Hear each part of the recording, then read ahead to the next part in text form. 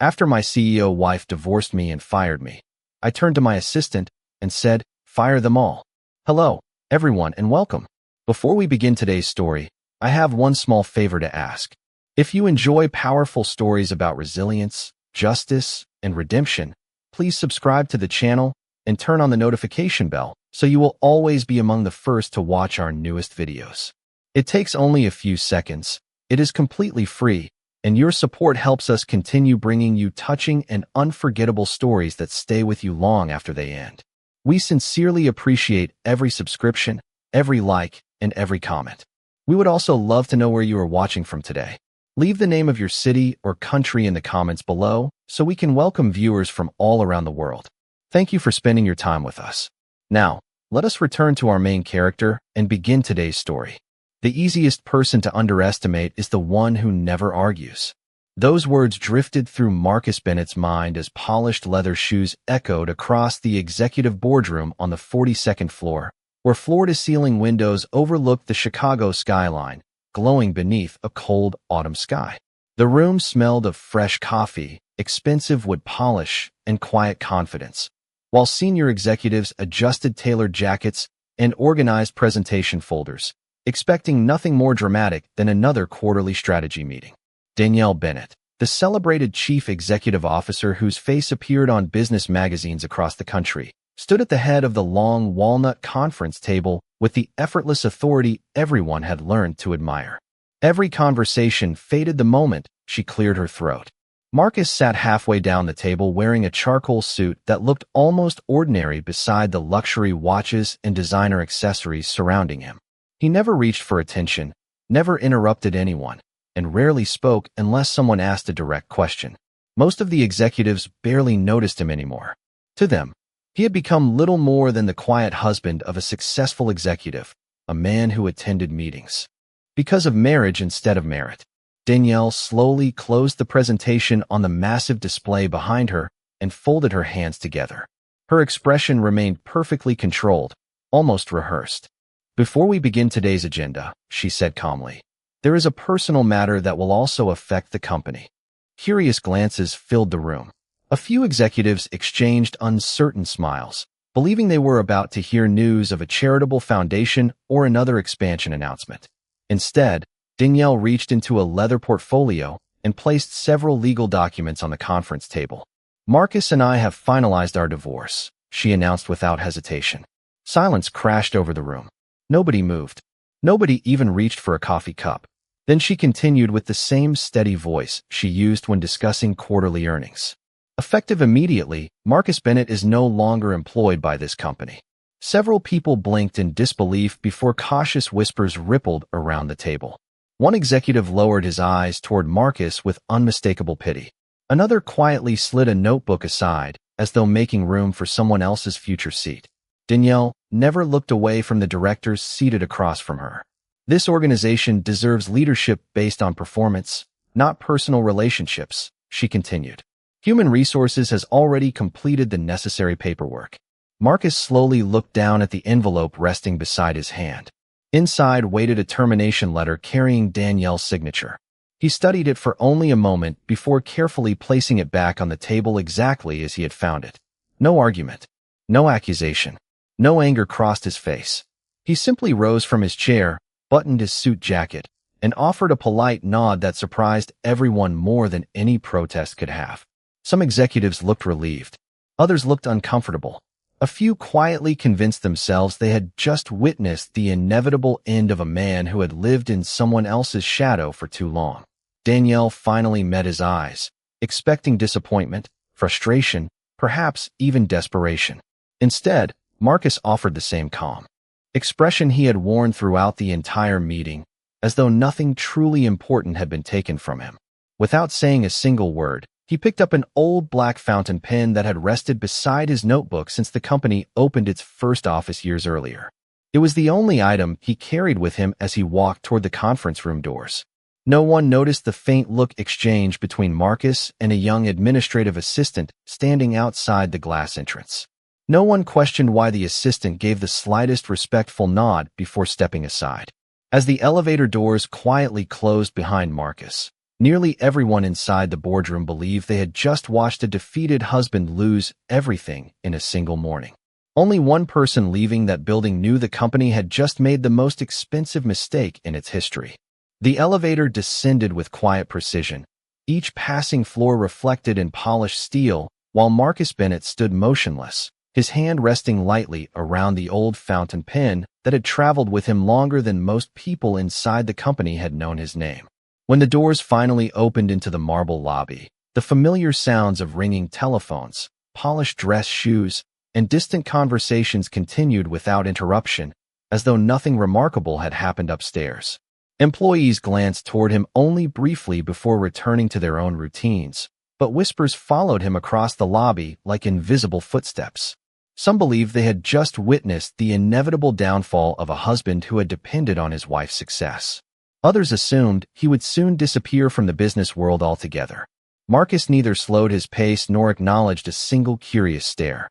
The revolving glass doors welcomed the crisp Chicago air, carrying the scent of rain drifting in from Lake Michigan, and for the first time that morning, he paused long enough to look back at the headquarters. 20 years earlier, the building had been nothing more than a sketch spread across a worn kitchen table inside a tiny apartment where two ambitious dreamers believed determination could outweigh limited resources. He remembered late nights spent reviewing financial projections while takeout containers covered the table, remembered assembling office furniture with his own hands after signing the lease on their first 1,200-square-foot office, remembered celebrating the company's first profitable quarter with nothing more expensive than pizza and grocery store sparkling cider, because every real dollar had gone back into the business. Danielle had possessed extraordinary confidence in front of clients, investors, and cameras, while Marcus had always preferred solving complicated problems far away from applause. The arrangement had seemed perfect in those early years. She became the public face everyone recognized. He quietly built the systems that allowed every promise to become reality. Over time, magazine covers replaced modest victories, television interviews replaced simple conversations, and recognition slowly became attached to only one name. Marcus never complained because he believed the company mattered more than personal credit. Every contract won meant more employees hired. Every expansion meant more families receiving stable paychecks. Recognition had never been his goal. Responsibility had been. A young security officer standing near the entrance offered Marcus an awkward nod that carried genuine respect instead of sympathy. Marcus returned the gesture with a warm smile before continuing toward the curb. Across the street, people hurried through crosswalks carrying briefcases and coffee cups, unaware that the quiet man walking alone had helped create one of the city's fastest-growing companies. At that exact moment, high above the street, Danielle resumed the executive meeting with impressive composure, already discussing new acquisitions and leadership restructuring as though the morning's announcement had closed a finished chapter. Around the boardroom table, several executives quickly shifted their attention toward impressing the chief executive officer, eager to demonstrate loyalty to the future they believed had just been secured. None of them questioned why Marcus had shown so little emotion. None of them wondered why a man, supposedly stripped of everything, had walked away without attempting to defend himself. They mistook composure for defeat because they had never learned the difference. Marcus reached the curb where traffic flowed steadily beneath gray clouds. A black luxury sedan pulled quietly into the loading zone with perfect timing, its engine barely audible above the city noise. Before the driver could step out, the rear passenger door opened from inside. A sharply dressed man in a navy suit looked directly at Marcus and offered a respectful smile that carried none of the pity filling the boardroom only minutes earlier. "Good morning, Mr. Bennett," he said calmly. "Everyone has been waiting for you." Marcus looked once more toward the towering headquarters before slipping the fountain pen into his jacket pocket and stepping into the waiting car, leaving behind a company that still believed it had just watched the least important man walk away. The sedan merged effortlessly into the steady flow of downtown traffic, while the towering glass headquarters slowly disappeared behind rows of historic buildings and steel bridges stretching across the Chicago River. Inside the quiet cabin, the soft hum of the engine replaced the whispers Marcus Bennett had left behind only minutes earlier. He loosened neither his tie nor his composure.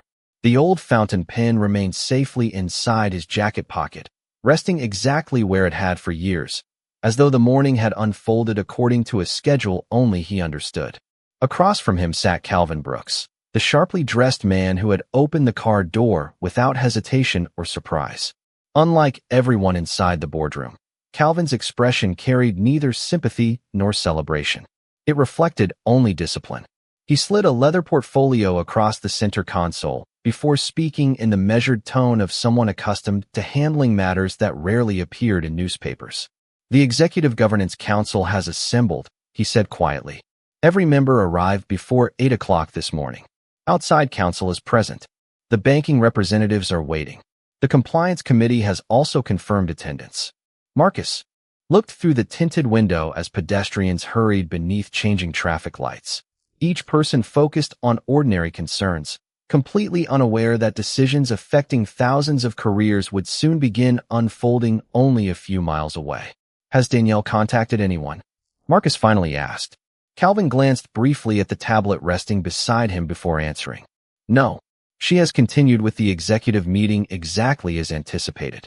Internal communications indicate that leadership believes today's transition is complete." Marcus nodded once without another word.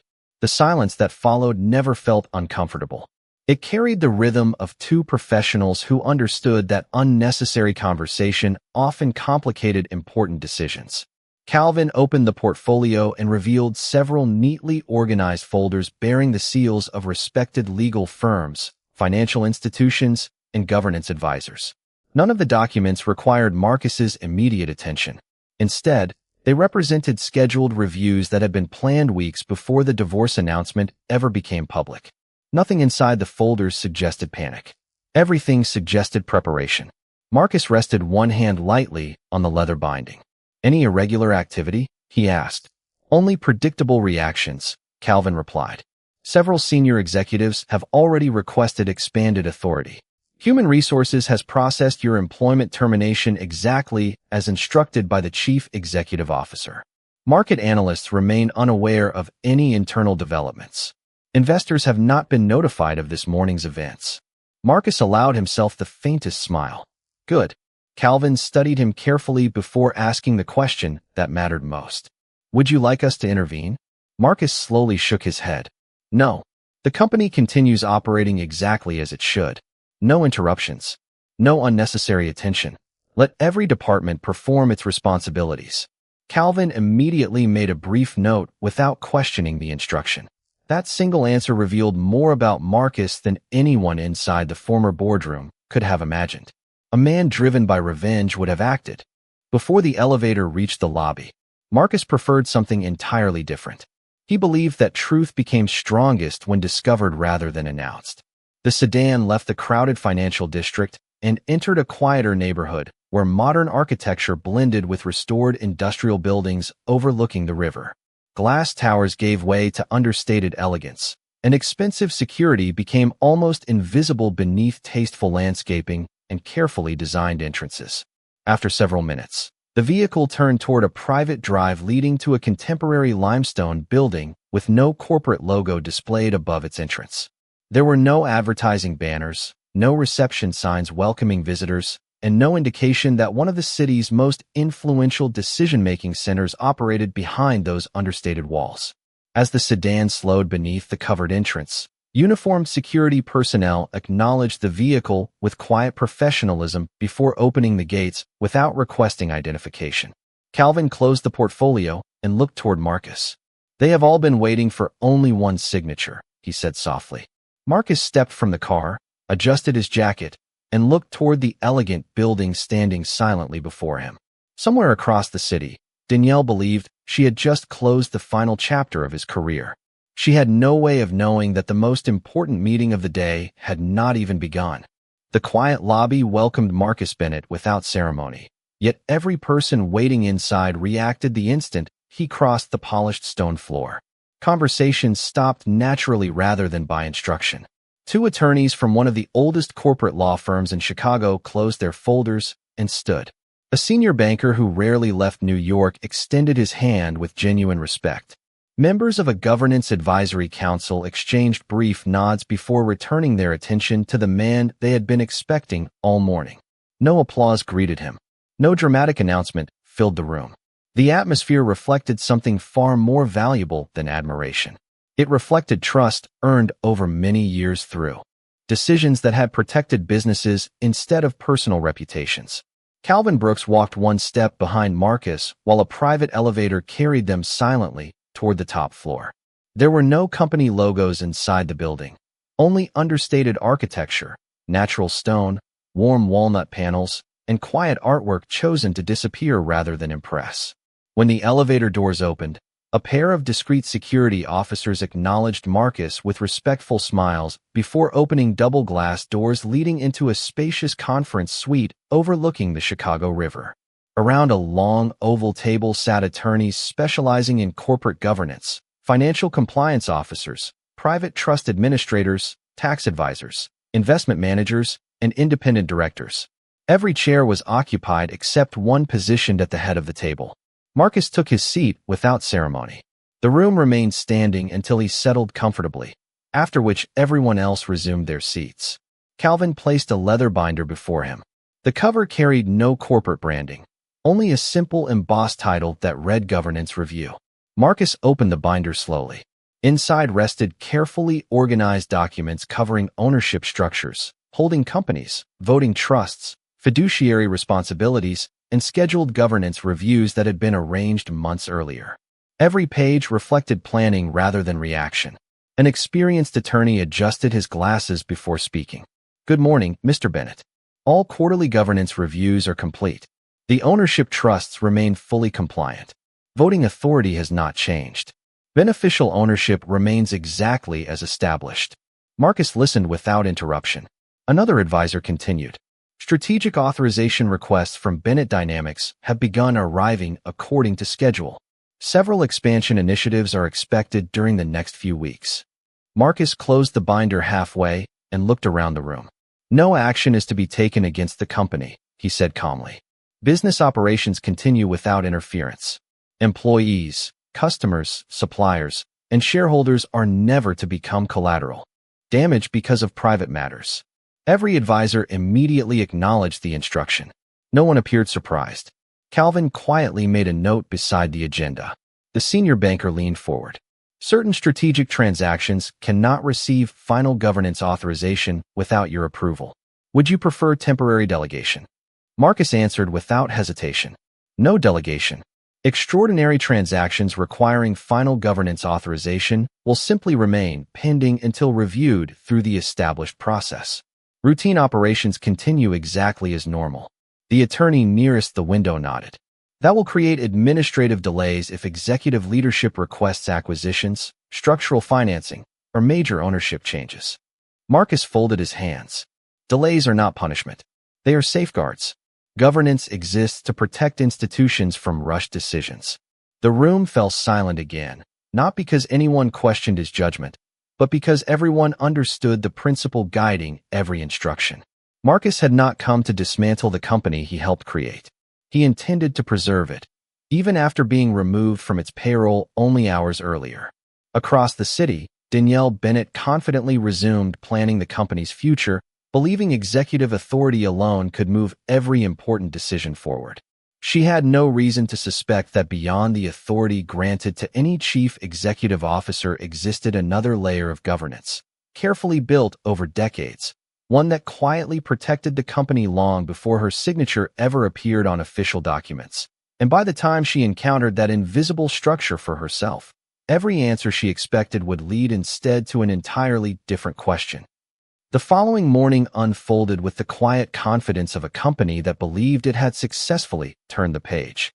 Sunlight poured through the towering windows of Bennett Dynamics, reflecting across polished marble floors while employees hurried between meetings carrying laptops, coffee cups, and presentation binders, unaware that the first signs of something unusual had already begun appearing behind secure digital dashboards.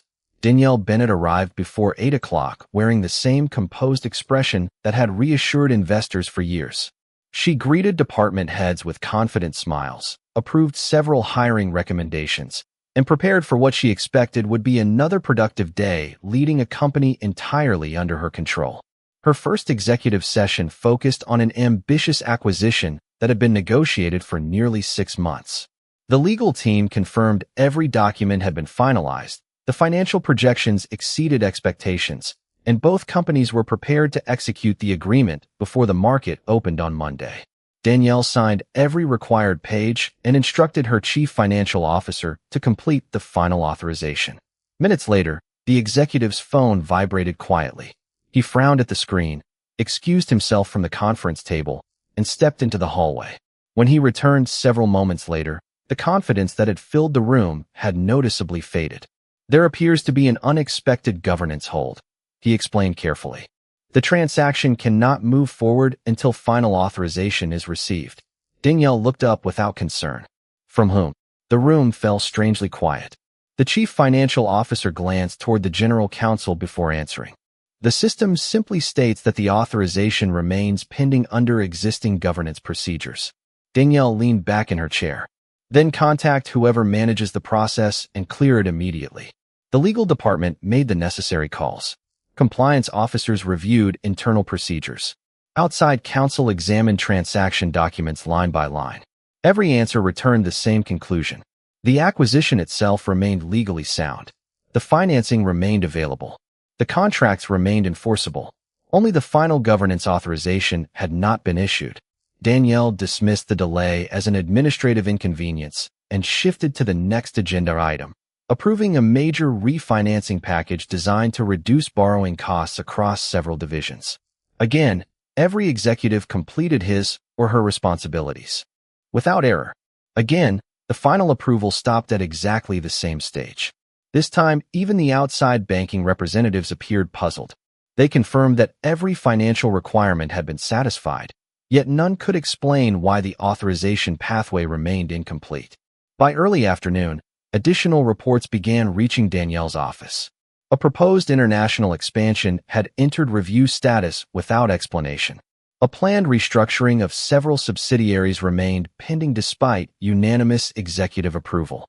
Even routine notices accompanying strategic capital allocations displayed the same unfamiliar message indicating that additional governance authorization was required before implementation. None of the delays affected employee salaries, customer orders, supplier payments, or daily operations. The company continued functioning with remarkable stability. Sales teams closed contracts. Manufacturing schedules remained on time. Customer service representatives answered calls as they always had. From the outside, nothing appeared different. Yet inside the executive floor, momentum had quietly slowed to a pace Danielle had never experienced before. She requested an immediate briefing with the general counsel, the chief financial officer, and the external legal advisors. Thick binders filled the conference table as specialists compared corporate bylaws, historical governance agreements, trust documentation, and ownership records dating back decades.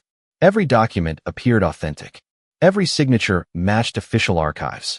Every procedure had been properly followed. Yet buried within those carefully preserved records existed an additional layer of corporate governance that almost nobody currently serving on the executive team had ever personally encountered. As the afternoon light faded across the skyline, Danielle looked around the room and realized that for the first time since becoming chief executive officer, every expert she trusted had the same unsettling answer.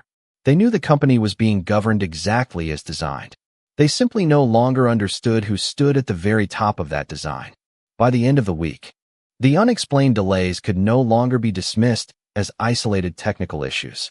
Bennett Dynamics remained profitable. Customers continued placing orders, employees reported to work on time, and every distribution center operated with remarkable efficiency.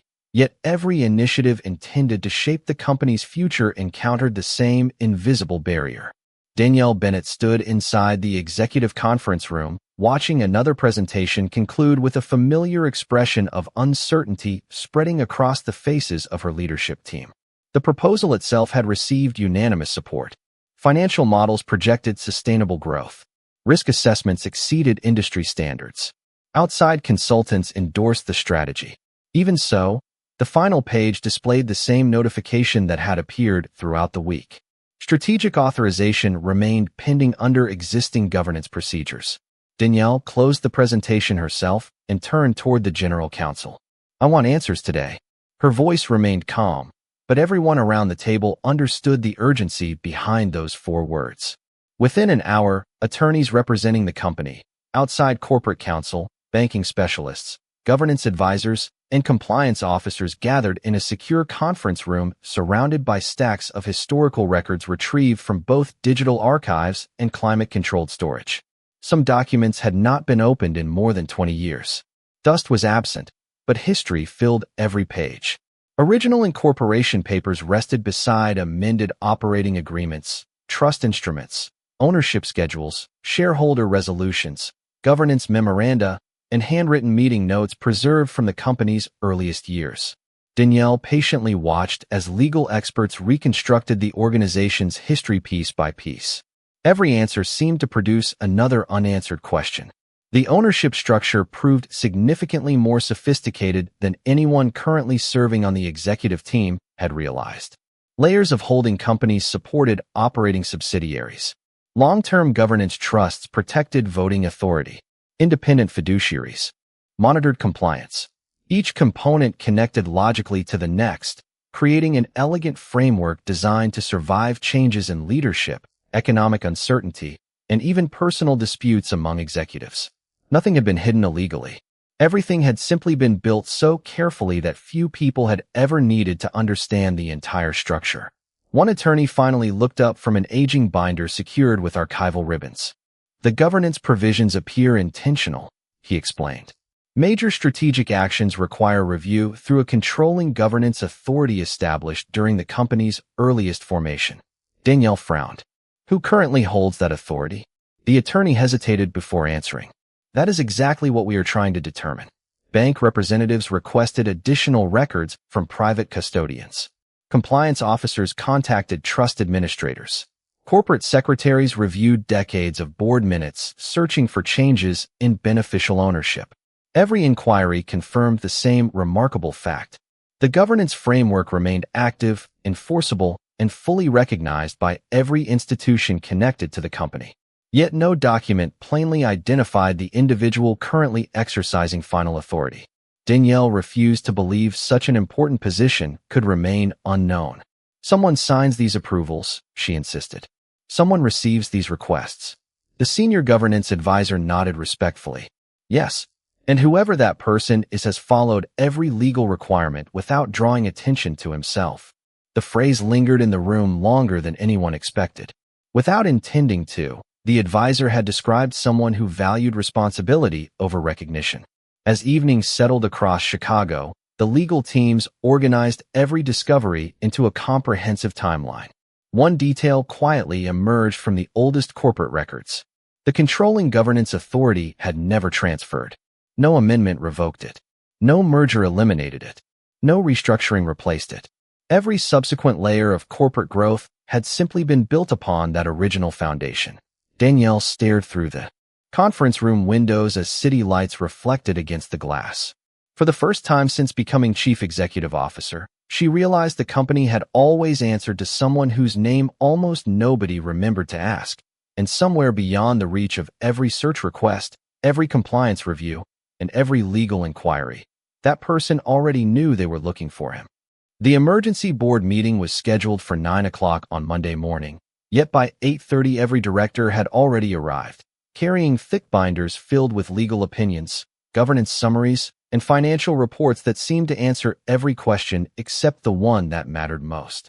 Outside the executive conference room, assistants moved quietly through the hallway with fresh coffee and neatly organized briefing packets, while conversations remained unusually restrained. Nobody discussed quarterly earnings. Nobody mentioned acquisitions. The only subject whispered behind closed doors concerned the invisible authority that had quietly paused every major strategic decision without disrupting a single day of ordinary business. Danielle Bennett entered the boardroom with practiced confidence, but even she could sense the atmosphere had changed. The directors who normally greeted her with casual conversation instead offered polite nods before returning to their documents. At precisely 9 o'clock, the chair of the board called the meeting to order.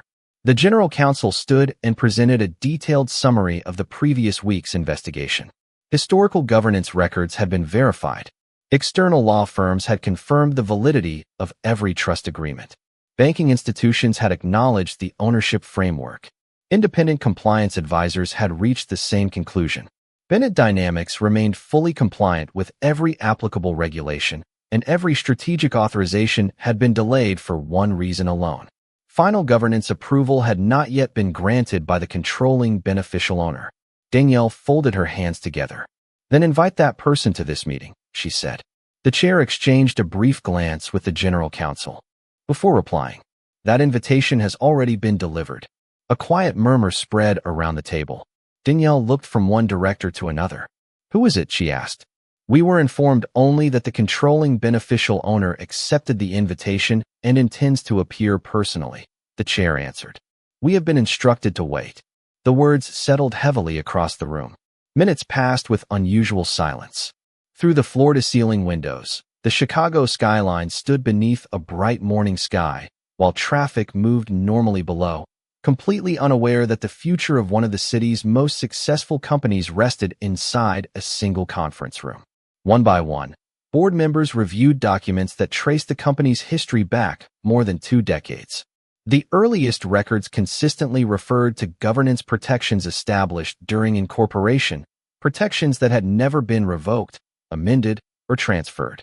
The more they studied those records, the clearer one reality became. Whoever had created that framework had never intended for personal ambition to outweigh institutional stability. Suddenly, the conference room doors opened quietly. No announcement followed. No assistant introduced the arriving guest. A man wearing a perfectly tailored navy suit stepped into the room with calm, measured confidence. Behind him walked Calvin Brooks, carrying a slim leather portfolio. Before either man spoke, something unexpected happened. The chair of the board rose from his seat. Then the general counsel stood. One after another, every attorney, every independent director, every banking representative, and every governance advisor followed until the entire room stood in respectful silence. Danielle remained seated for only a heartbeat, her expression shifting from confusion to disbelief as she slowly turned toward the doorway. Marcus Bennett acknowledged the room with a courteous nod that carried neither pride nor resentment. His face showed the same quiet composure he had worn while leaving the company only days earlier. Without requesting permission, he walked toward the only empty chair at the head of the table. No one attempted to stop him. No one questioned his place. As Calvin carefully placed the leather portfolio before him, Danielle realized she had never seen every influential voice in the room rise for any chief executive officer, any investor, or any visiting executive. And before a single document had been opened or a single explanation had been offered, the room itself had already revealed who everyone had truly been waiting for. The conference room remained completely silent as Marcus Bennett settled into the chair at the head of the table, not because he demanded authority, but because every person present understood exactly what that seat represented. Danielle Bennett watched him with growing disbelief, searching his face for some explanation that would make sense of the impossible scene unfolding before her. Only a few business days earlier, he had walked out of the headquarters carrying nothing except an old fountain pen after being dismissed as an employee who supposedly no longer belonged inside the company. Now the chair of the board waited patiently before speaking, almost as though no discussion could begin until Marcus acknowledged the meeting. Marcus offered a simple nod. "Please continue," he said calmly. The chair opened a thick archival binder and carefully removed several protected documents sealed inside transparent preservation sleeves. "For the record," he began, "today's meeting concerns the verification of the controlling beneficial ownership established during the original formation of Bennett Dynamics and maintained through every subsequent governance review." The general counsel accepted the documents and projected high-resolution copies onto the large display at the front of the room. The first page showed the original articles of organization signed more than 20 years earlier. Danielle immediately recognized her own younger signature near the bottom of the page. Beside it appeared another signature she had seen countless times throughout their marriage without ever considering its legal significance. Marcus Bennett. Additional pages followed one after another. The original operating agreement, the founding governance memorandum, The ownership trust declaration. The long-term voting rights agreement. Every document carried the same carefully written signature beside clauses establishing permanent governance protections. An attorney specializing in corporate governance stood and addressed the board. The historical record demonstrates that Mr. Marcus Bennett personally designed the governance framework before outside investment was accepted. Rather than concentrating ownership through ordinary executive positions, he established a structure separating operational management from controlling governance authority. That authority has never been transferred, revoked, diluted, or terminated. Danielle leaned forward, unable to look away from the screen. That cannot be correct, she said quietly. I have served as chief executive officer for years. The attorney answered respectfully. Yes, Madam Chief Executive Officer. You possess full executive authority over daily operations. However, strategic transactions involving ownership, acquisitions, governance restructuring, extraordinary financing, or structural changes require final review by the controlling beneficial owner under the governing documents accepted by every shareholder, lender, trustee, and regulatory advisor since incorporation. Another attorney placed an additional folder before Danielle. Every amendment reaffirmed the original framework. Every annual governance review confirmed its continued validity. Every financing agreement recognized the same authority. Danielle slowly turned each page, discovering signatures from law firms, accounting firms, independent directors, trustees, commercial banks, and institutional investors. None questioned the arrangement. None attempted to replace it. It had existed openly within the corporate record the entire time, quietly protecting the company while attracting almost no public attention. Marcus remained silent throughout the presentation, allowing the documents to speak for themselves. He neither celebrated nor corrected anyone. He simply watched the evidence unfold exactly as it had been preserved for decades. Finally, the chair closed the final binder and looked around the room. The investigation is complete, he announced. There is no dispute regarding the governing documents, the chain of authority, or the controlling beneficial ownership. The records unanimously establish that Mr. Marcus Bennett remains the founder, controlling beneficial owner, and final governance authority of Bennett Dynamics under every enforceable agreement currently in effect. Danielle lowered her eyes toward the old fountain pen resting quietly beside Marcus's hand, and for the first time she understood why he had walked away from the boardroom without defending himself. He had never needed anyone to believe who he was because the company had been carrying the truth inside its own records from the very beginning. No one spoke after the chair finished reading the final governance determination because there was nothing left to debate. The evidence had answered every question long before anyone entered the room. Marcus Bennett calmly closed the last binder and rested his hand beside the old fountain pen that had witnessed the company's first business plan, its first lease agreement, and now its most revealing board meeting. Outside the conference room windows, the Chicago skyline shimmered beneath the afternoon sun while the city continued its ordinary rhythm, completely unaware that one of its most respected companies had quietly rediscovered the foundation upon which it had always stood. Danielle Bennett remained motionless, slowly absorbing the realization that authority and ownership had never been the same thing. She had led the company with confidence, determination, and undeniable talent, but the structure protecting the organization had been built long before executive titles became part of its story. Marcus finally looked around the table, meeting the eyes of every director, attorney, advisor, and executive without resentment. "Thank you for completing a thorough review," he said in the same steady voice that had never risen throughout the meeting. The governance framework worked exactly as it was designed to work.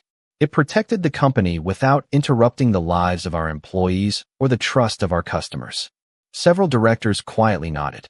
They understood that despite everything which had happened during the previous week, not a single payroll had been delayed, not a single supplier had gone unpaid, and not a single customer had lost confidence in the business.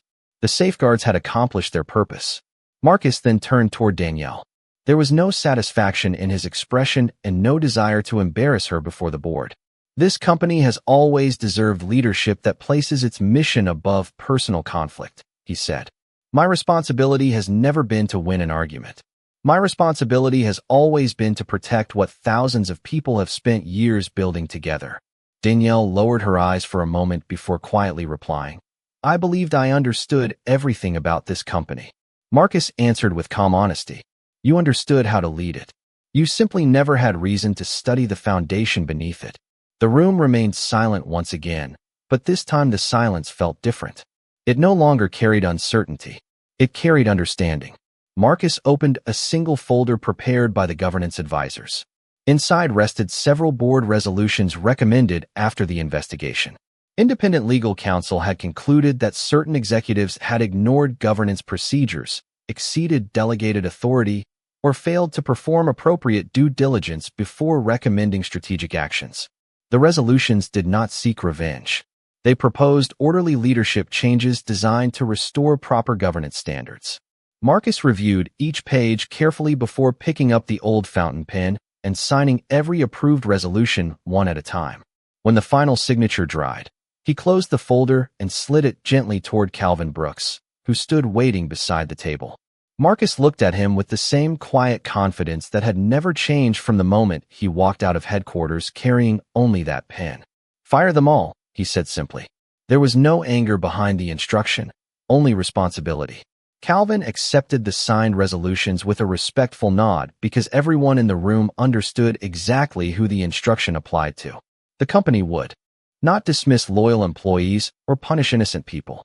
Only those who had forgotten that leadership demanded accountability rather than privilege would be replaced through lawful governance procedures. Marcus rose from his chair, buttoned his jacket, and walked toward the conference room doors without waiting for applause or recognition. Behind him, the directors stood once more, not because they had witnessed revenge, but because they had witnessed something far more enduring. Dignity had never needed to raise its voice. It had simply waited for the truth to arrive.